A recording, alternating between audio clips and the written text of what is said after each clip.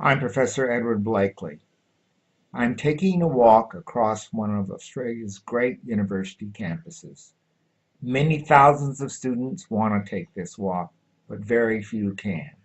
Let's talk about Australia's new great export, education.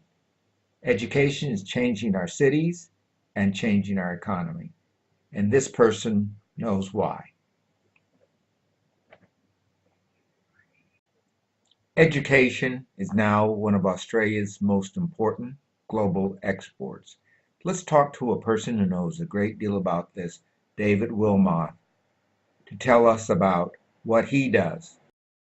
I run a little firm called Learning Cities International, which works with cities around the world and with education providers around the world, creating campuses, creating urban precincts, and basically looking at the crossover between urban development and education.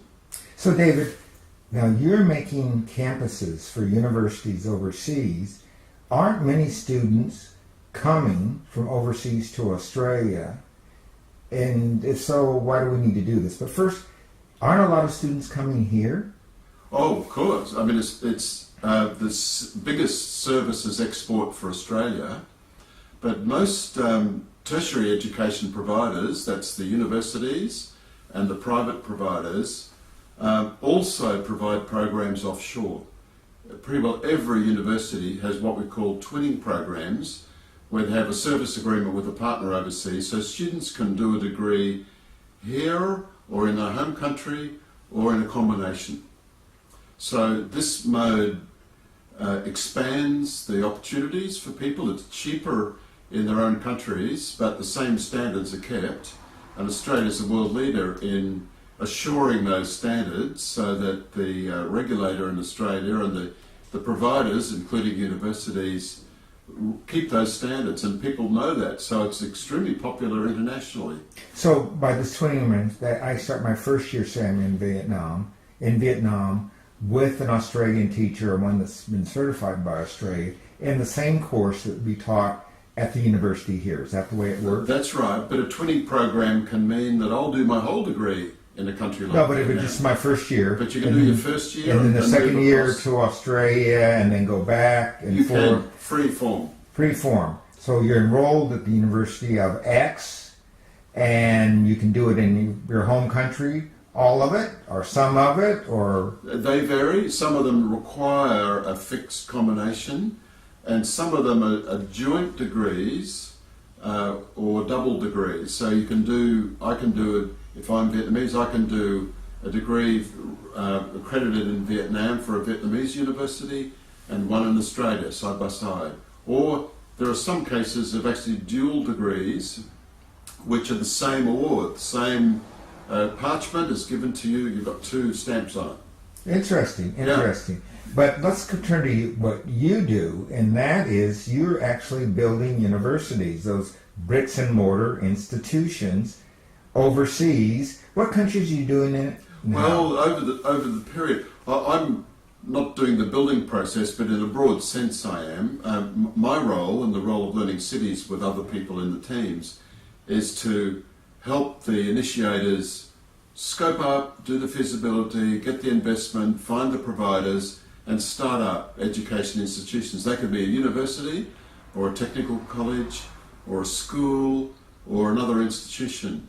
And these days they're more bricks and clicks than bricks and mortar themselves. So what do you mean by that? Well, I mean that a lot of the task of starting up a university relies in the soft area, the unseen area, the academic design, the learning platforms, which are electronic. Most universities and most private providers distribute it electronically, not just the course materials, but the learning management, the mode of students, so they can do their units in bite-sized chunks as and when they like.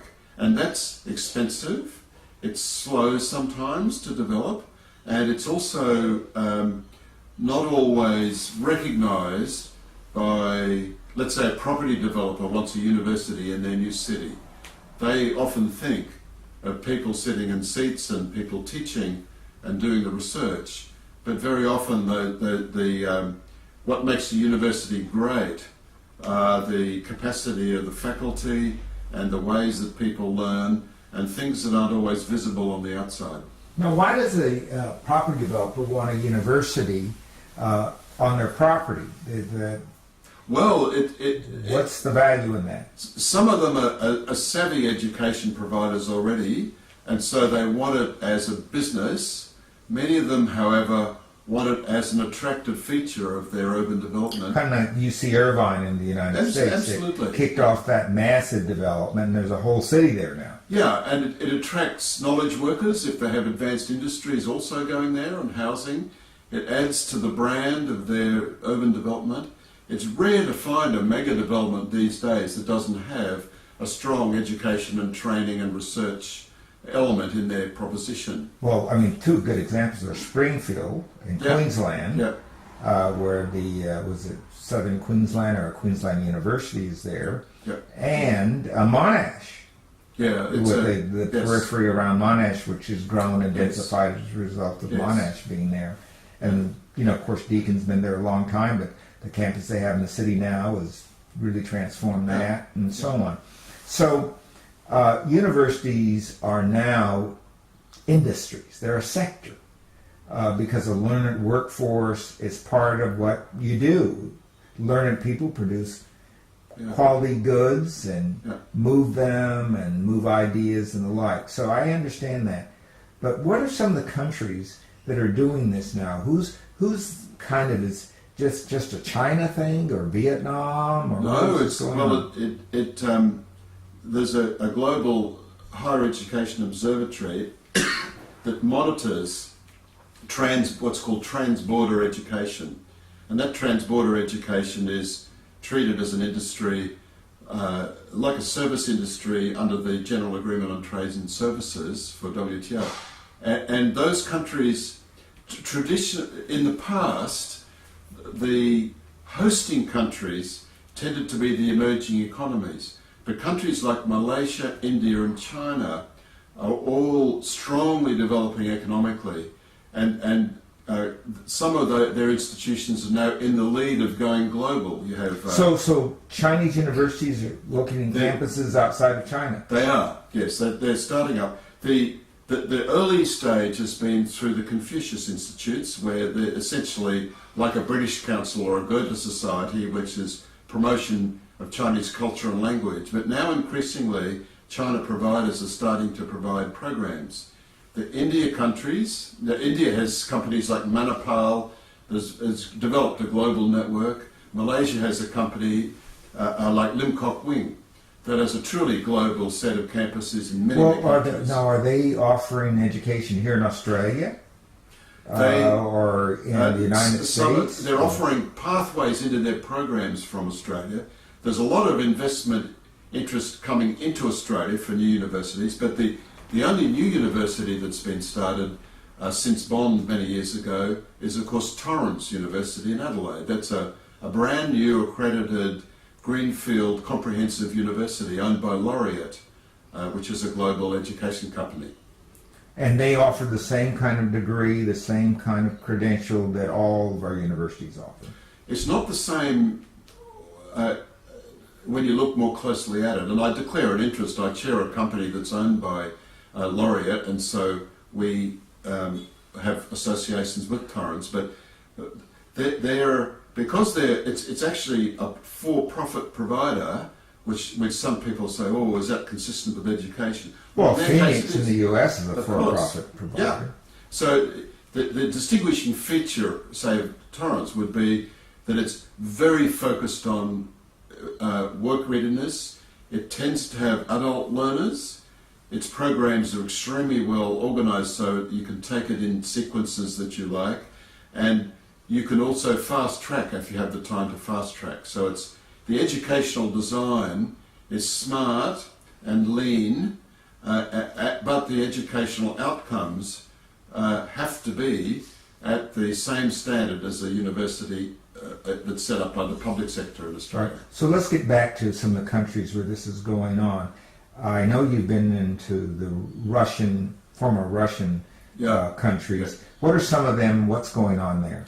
Well, I mean, my experience in that block is really Tajikistan, Kazakhstan, and Kyrgyzstan, and Albania in a sense, and the Central Asian countries are in difficulty. They export young people. They don't have enough jobs. Kazakhstan, in some regions, accepted, so that a lot of their young people are leaving the country. So the education providers are trying to skill up people not only to have a labour force that attracts investment, but also to equip them better when they do work overseas.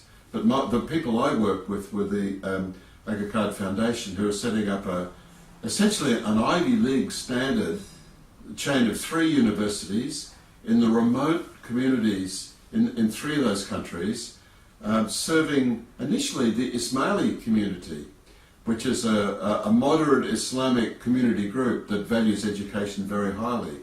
So they're important because they're providing top quality education in areas that just don't have it. So the stands, anywhere else? Vietnam, Mongolia? Yes, lots of countries. What are some of the other countries you worked in? Well, while we're looking at the former Soviet bloc, take Albania. Albania seeks accession to Europe. It has an acute skills shortage, but it also has an acute shortage of infrastructure and industries that we want. So I was working with the private arm of the World Bank to scope up a public-private partnership for a vocational college for the marine services area, for navigators, merchant marine, all trades that go into the marine industry. And so that country is, in a concerted way, building its infrastructure, building its private sector, building its skills, but also complying with its accession to the standards of Europe. There's a couple things I'm learning here. One of them is there's some world standards for university education that everyone has to meet for it to be called university education. But the delivery models, the second thing, the delivery models have changed enormously back in the old slate board day when I went to uni. Give me some, how do you maintain the standards? Because that is a tricky business. The answer is partly embedded in your question, because there is not a world standard for what is a university. There are specifications of standards, but different countries use different means, and in some countries it's really easy to start something called a university. Now, at the worst case, there are the degree mills, which are basically informal or illegal.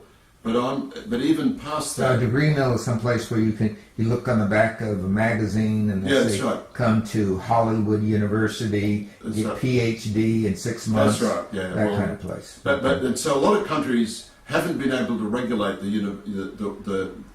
use of a university name, so they're having trouble in standards. But they also want to have doors open to international providers. So they're in a double bind. On the one hand, they'd like to promote investment in education. On the other hand, that when they open the door, they don't want the flies to come in as well. So there are, however, increasingly international standards, because universities are flowing students. Students are more mobile now. More than 1 million students are studying across borders from their country, and that'll grow to 2 million very quickly, with China and India leading the way in numbers, so that the credits they carry are increasingly recognised. So we're looking at a global industry in which the emerging economies are taking a large part as providers as well as hosts. That's interesting. That's very exciting. So Australia could lose its position or have damage to its economy by some of these other people ticking up? No, I think it's a win-win in this case. That think of it as a classic trades investment cycle, where in the early days you're moving courses across boundaries, or students are moving across boundaries, and then you enter into 20 programs, and then you invest, and then you build campuses, and so investment follows trade. Australia, to keep its leading position, must keep innovating in the modes of delivery and thinking up new ways, but also to maintaining standards. And the Australian system is very good. The national regulator now ensures that the same standards are provided offshore as onshore for Australian provision. And that gives confidence in Australia as a destination. Of course, add to that, for Australia's advantage, the lifestyle, the time zone proximity, the English language that we use, which is an attraction to non-English speaking countries, and you have a very, very attractive proposition, and that will stay. Well, let me follow this a little further, because obviously coal and commodities aren't our future, and brains are, and developing brains are. One aspect of this is for us to help other countries build their cities, build their universities. Do you think in building universities is a component of our exports to the rest of the world? Absolutely, and it's one that mitigates, if you like, a one-way brain drain. It's a brain gain when you have students flowing both ways, and so the Indian diaspora returns to India, for example, if new industries, and the capacity in those countries is enormous. Even if it's a foreign provider, they're able to provide international standard education when the public sector in some countries isn't able to reach those standards. Now, yes, it's rich for the rich people in the main, so the really important thing is to have an equity component, scholarships, to enable employers to invest in places so that they get a first choice of the best qualified graduates. There are all sorts of ways to finance it equitably. Otherwise, you don't want to have foreign enclaves within poor or middle-income countries where only the rich can afford to go. So what are the several things you think Australia needs to do to keep pace or even to improve in this business of higher education? Well, I think one of the things is to recognise that Australia's educational reputation rests upon the degree of concerted investment that governments and industry put into it. Mm-hmm. And Australia hasn't been doing that.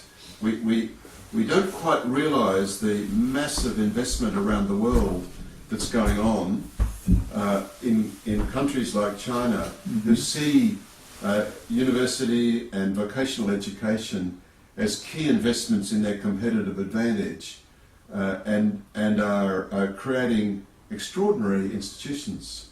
Australia still sees education mostly as a service. That there's a belief that the investment is not socially productive but more individually remunerative. So why should somebody getting a university degree not pay back in full? And so that so number one is Australia needs to understand education investment as an investment in its future as a high knowledge country. And that knowledge produces new products, new services, new ideas that will replace those industries. So what's the next thing?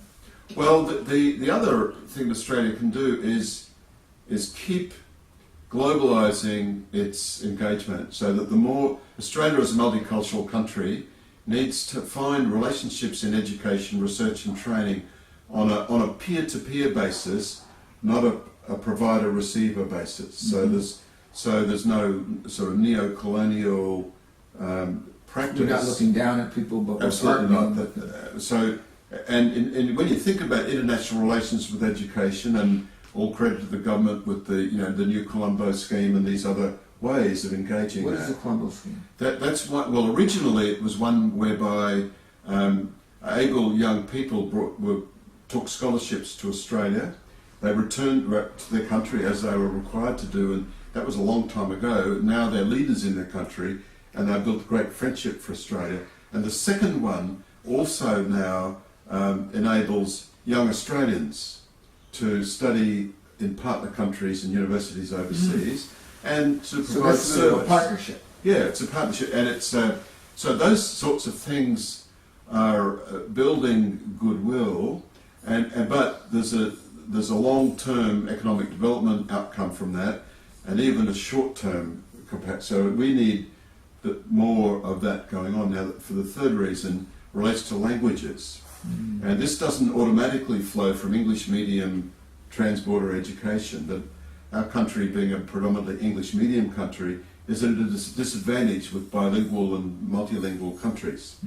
And so and we're not nearly investing enough in foreign language learning and in Asian languages in particular.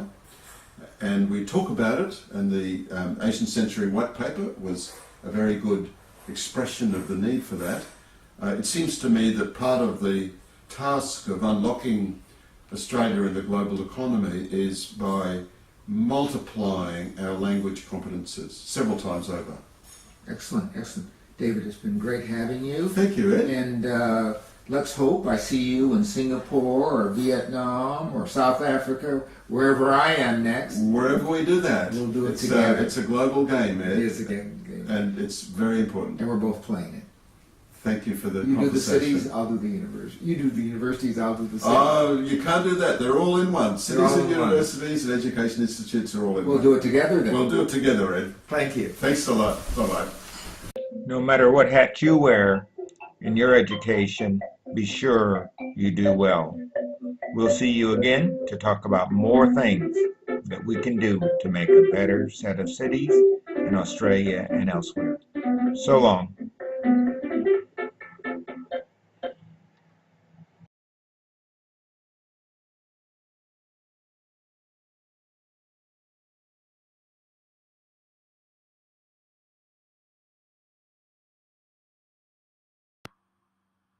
There are three obvious lessons from Santiago. One, you have to think very carefully about where you build and what you build. Two, you have to deal with the problems of city growth intelligently, with the resources of making sure your planning scheme matches where you want to go and not haphazard.